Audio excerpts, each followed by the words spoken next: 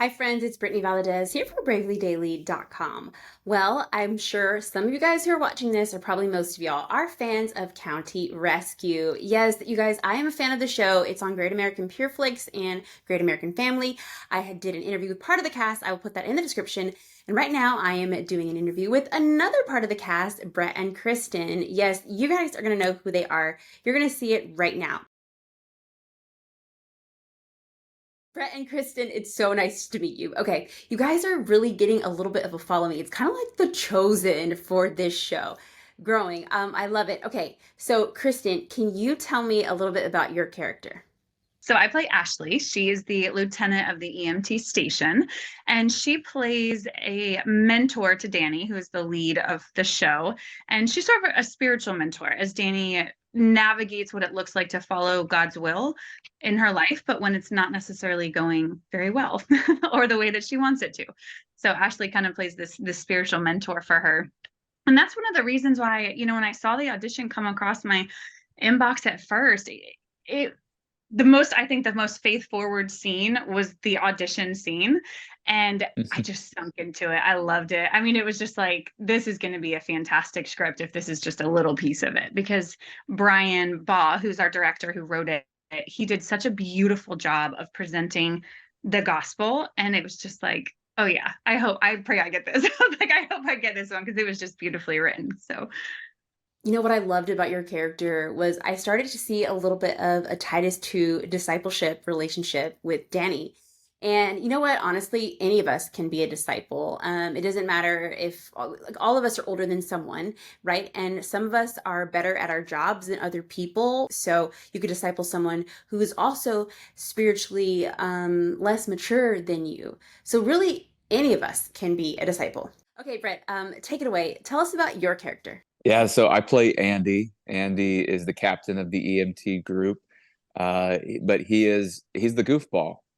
He is a little boy in a big man's body, and likes to pull pranks. He's stuck hopelessly in the '90s, and he loves to bring smiles to people's faces. And so, which was what drew me to this project, and instantaneously was typically I get cast in the more serious dramatic roles.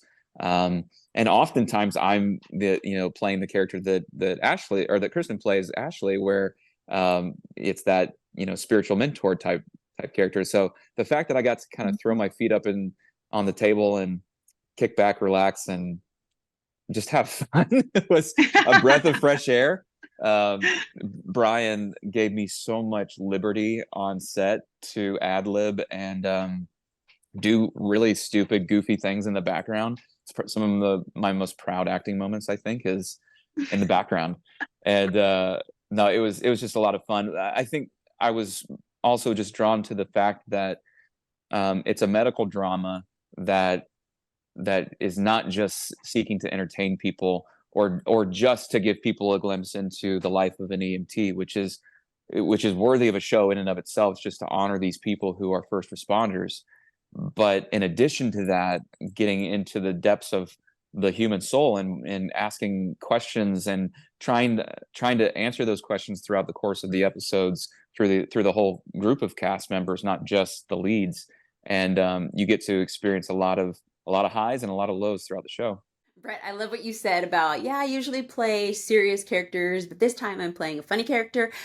For those of you who are watching that are not Christian, yes, Christians can be funny. So you are both believers. Can y'all tell me about your faith story, like how you came to Christ? Were you always saved, or did you have like a come to Jesus moment where you were in a lifestyle and then you came out? Yeah, tell me about your story. ooh, I'll let you go first, Brett. My faith journey started when I was 5 years old. I grew up in a Christian home, so I guess it started in the womb. Maybe would be the better way to look at it. Um, but at 5 years old, I saw that I was a sinner separated from a holy and righteous God, and I wanted Him to save me. And so that was where it started. And throughout my period of growing up, I started really in my later teen years to ask myself the question: is this faith my own, or is this just something that my parents taught me? And it really was a period of several years where I was digging into the Bible and asking myself, do I really believe this? And now, granted, to this day, 99% of everything that I was taught as a, as a little child, I still believe, but it's my faith, it's my own.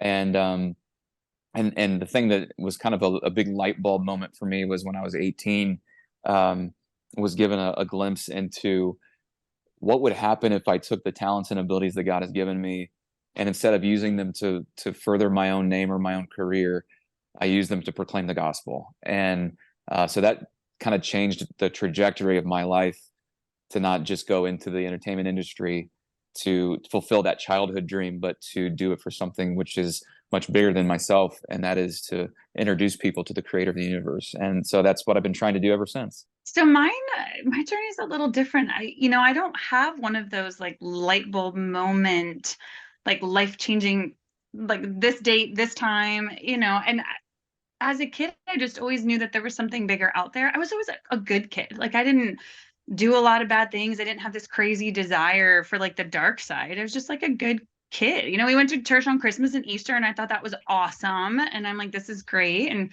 and then I went to college and I met my now husband.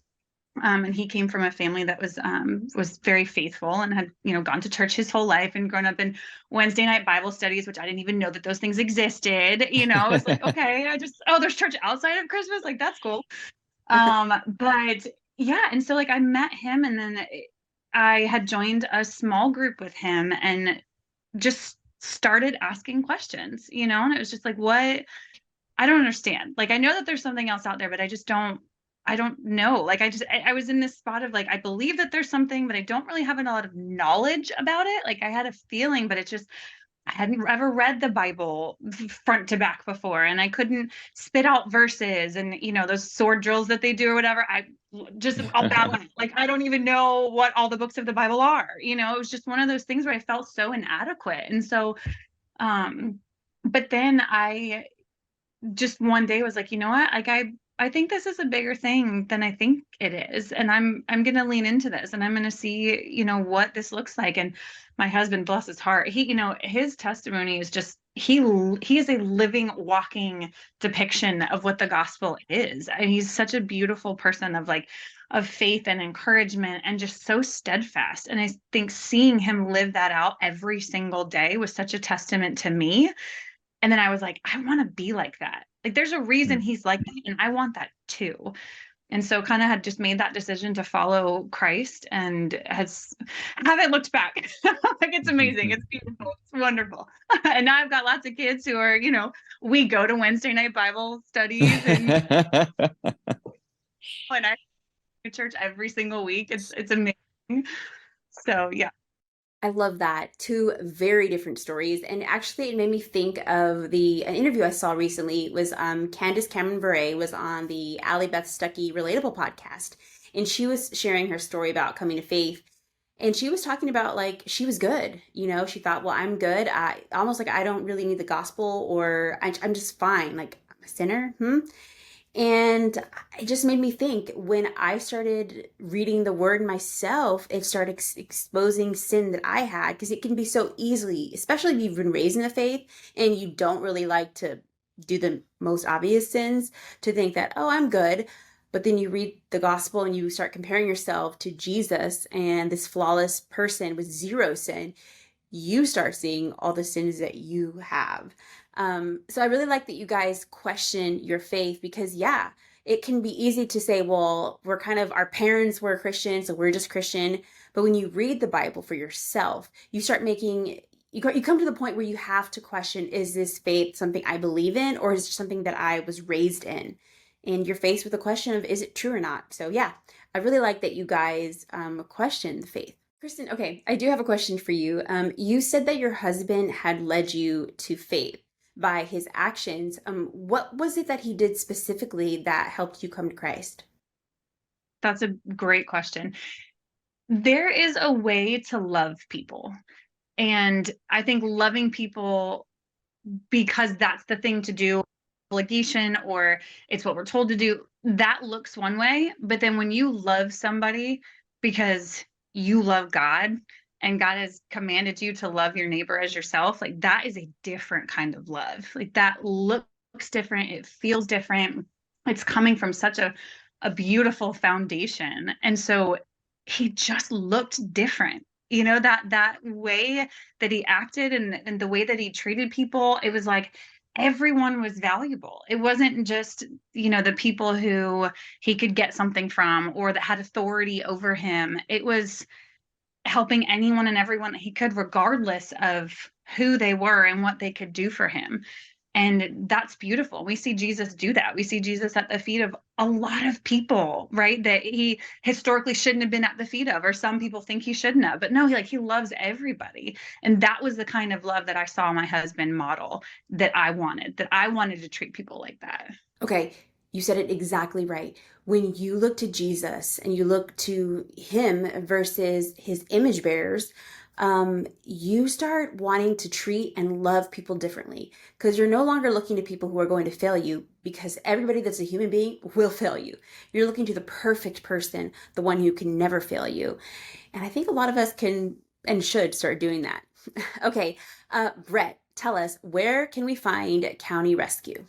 Yeah, so County Rescue, you can catch it on Great American Family, which if you want to find where that channel lives in your cable provider, you can text rescue to 877-999-1225, or you can go to greatamericanfamily.com, and they have a channel finder there. You just put in your zip code and it'll show you exactly where you can navigate the millions of channels that you have in your cable provider to find Great American Family, or you can go to Great American Pure Flix and catch the episodes there on the streaming platform.